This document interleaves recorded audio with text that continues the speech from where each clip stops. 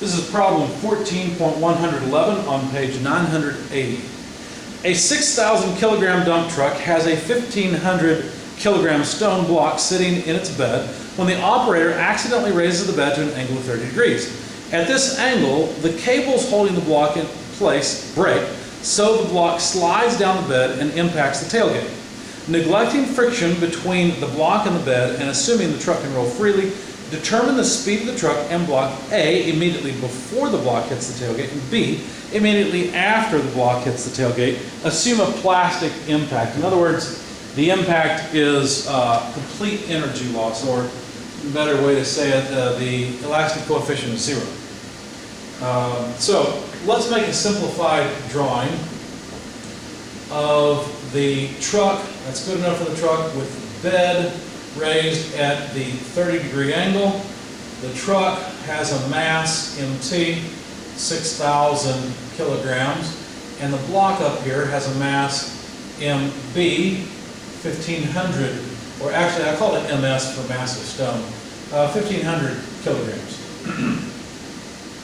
We want to find the velocity of the stone before impact,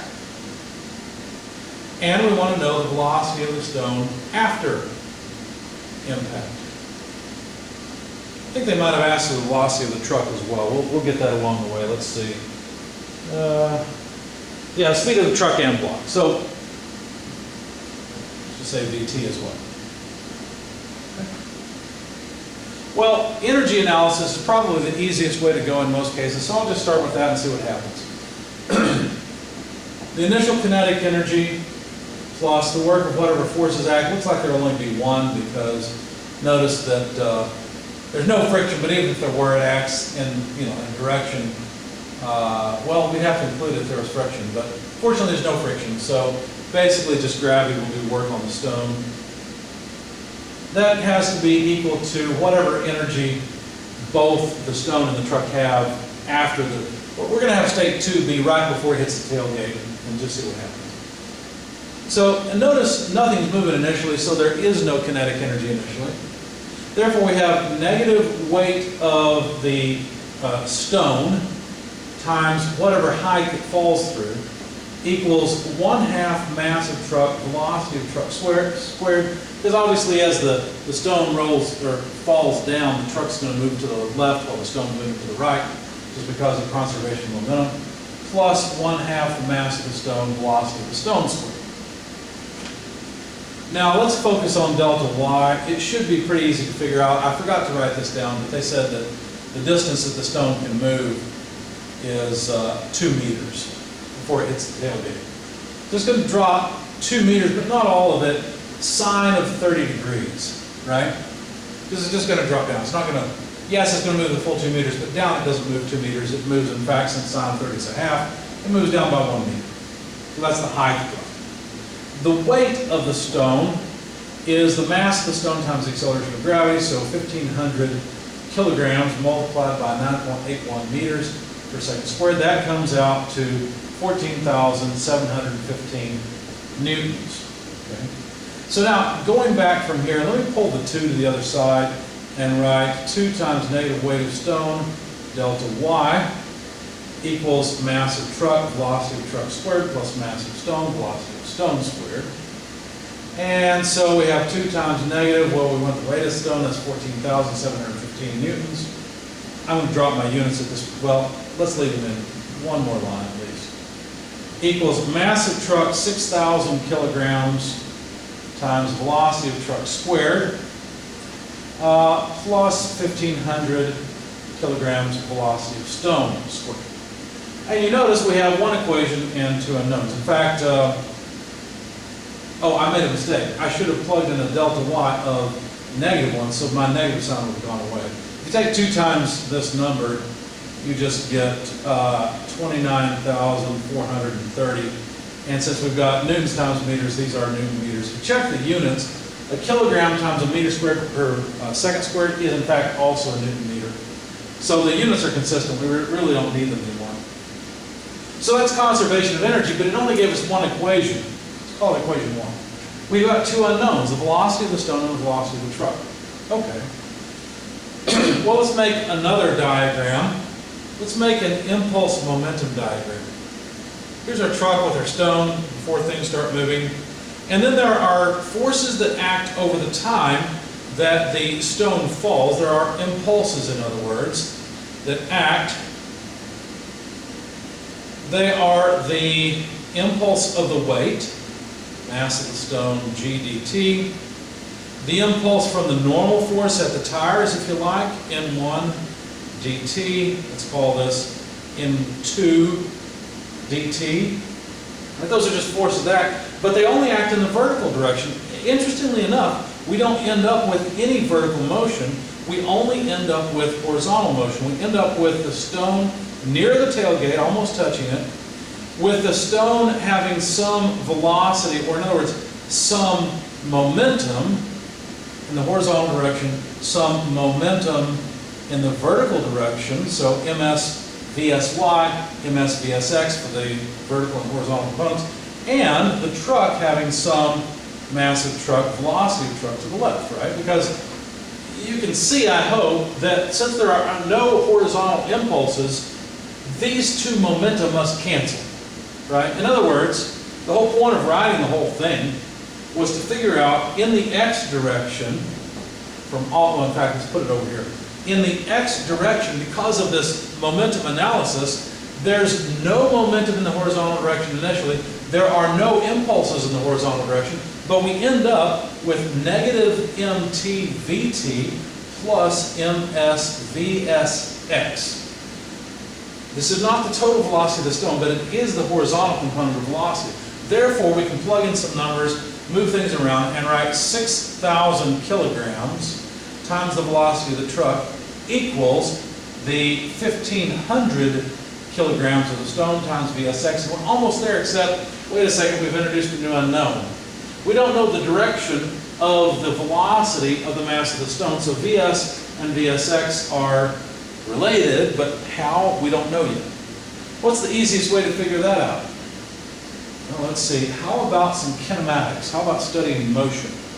The velocity of the stone in absolute units, basically this magnitude, is the velocity of the truck plus the relative velocity of the stone with respect to the truck. Why might this be useful?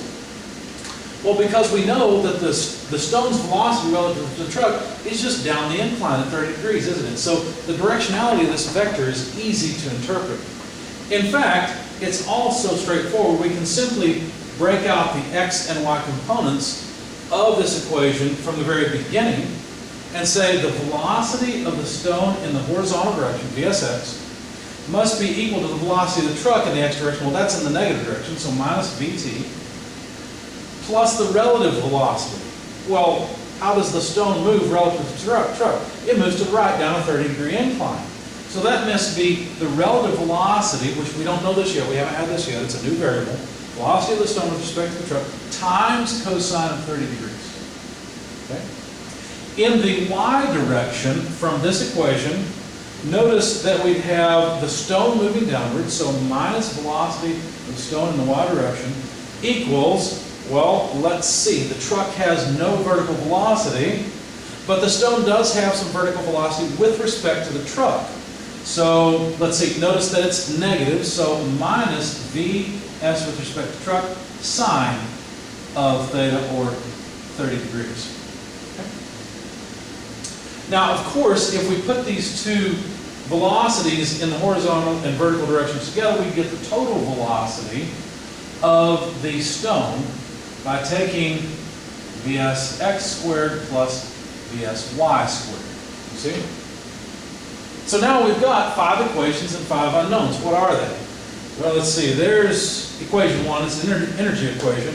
Here's equation 2. It is a momentum equation. Equation 3 is the x equation. Equation 4 is this. And equation 5 is just a vector sum. It ties the components of the velocity of the stone together into the total velocity of the stone for the sake of the energy balance. We've got 5 equations and 5 unknowns, but guess what? We really don't care about most of them. All we care about is the velocity of the truck and the velocity of the stone itself. My strategy will be to put all these equations together so that I can eventually solve for the velocity of the truck or the stone, whichever. And then once I'm done, go back to the same equation and solve for the other one, okay? So let me erase the energy balance equation workup. So I've got some room to put all this together. It's going to be a little bit of a pain. So what can we do? Well, let's consider equation 4, the y component equation. What can we learn from that? Well, we can learn that the relative velocity of the stone with respect to the truck, notice we've got two negatives, is equal to the velocity of the stone in the y direction divided by sine of 30 degrees. Okay, that's pretty obvious.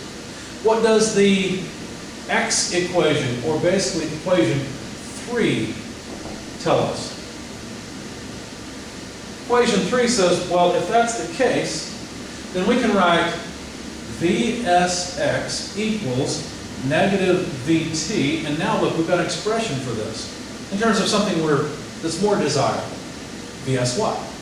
So plus Vsy over sine of 30 degrees, and don't forget it's multiplied by cosine 30 degrees. Well, sine over cosine is just tangent, isn't it?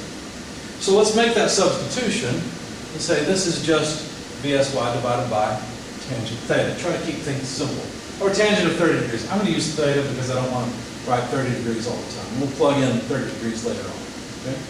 So there's Vsx. In terms of Vsy, pardon me. Look too much like an x. So now what? Well, let's consider equation 2. Equation 2 tells us that Vsx is equal to 6,000 over 1,500 Vt, or in other words, 4 times Vt. Okay. So what about if we take the equation, let's see, right here, and put it together to say, well, let's see, Vsx is 4Vt. Therefore, can't we just plug in 4Vt to the left-hand side equals negative Vt plus Vsy over tan theta?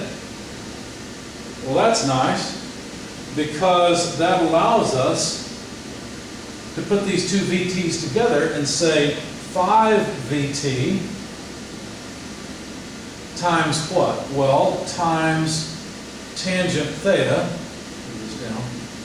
5 because we move that over. Once these are together, times tangent theta is equal to Vsy. So now we have an expression for Vsy in terms of Vt and for Vsx in terms of Vt. Okay? So now let's use equation 5. What's equation 5? It's this one.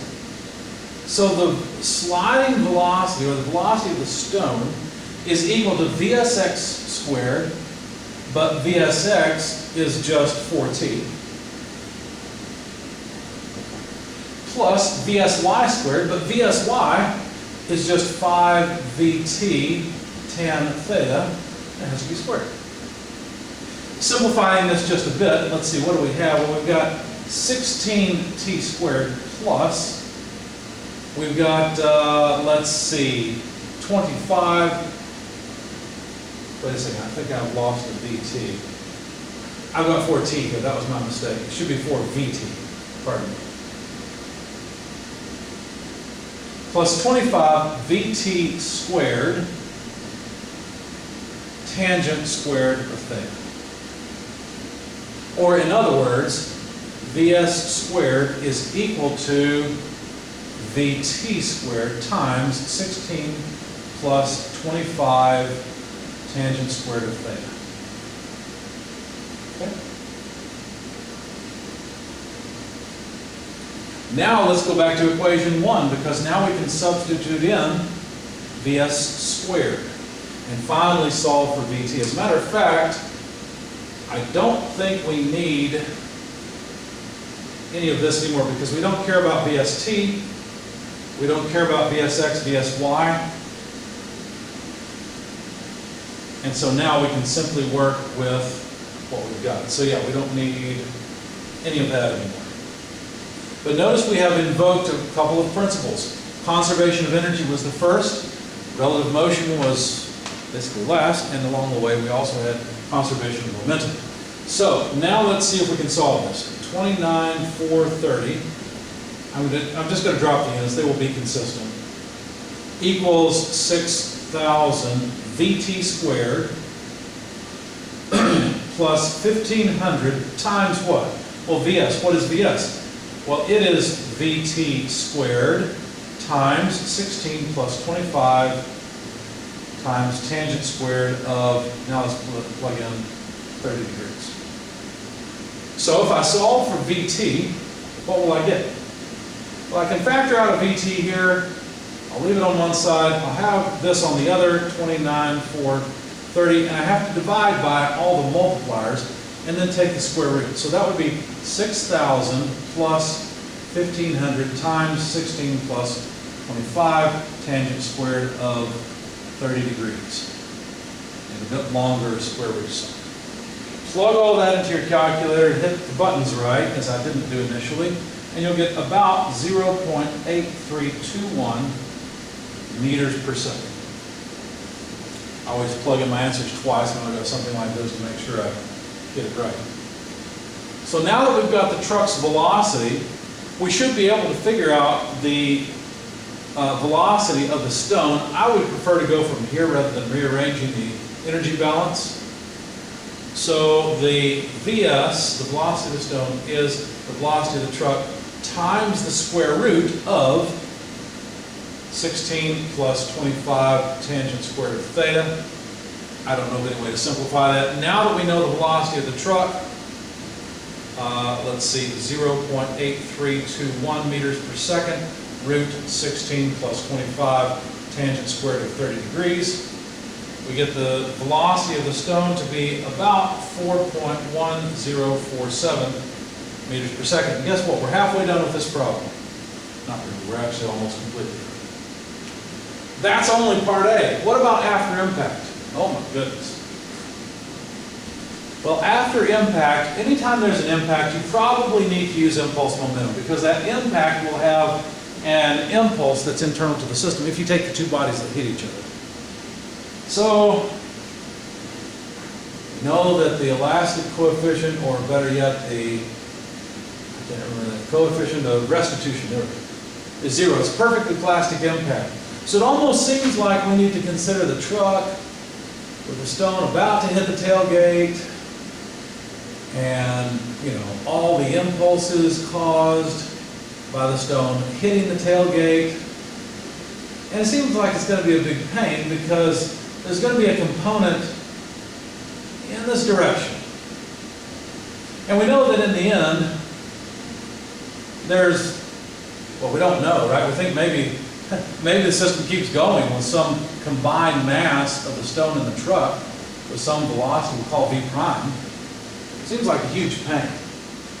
Is there any easier way to approach this? Because if we have an impulse along this line, remember those normal impulses and mass impulse? Yeah, we could probably argue some of those are small, but I don't know, it seems like a lot. How about something different? We can go from and to any state we like. Why don't we start at a different state? What about the state where the stone is not yet moving? Then we don't have to consider the impact, do we? Because now the only impulses are, again, the impulses from the normal forces and the impulse from the weight.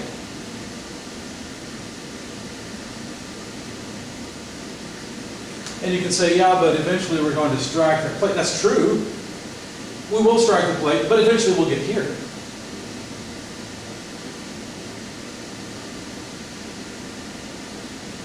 And so, do we even need to consider those? I don't think we do. I think that we started with no horizontal momentum. We have no forces that cause a horizontal momentum.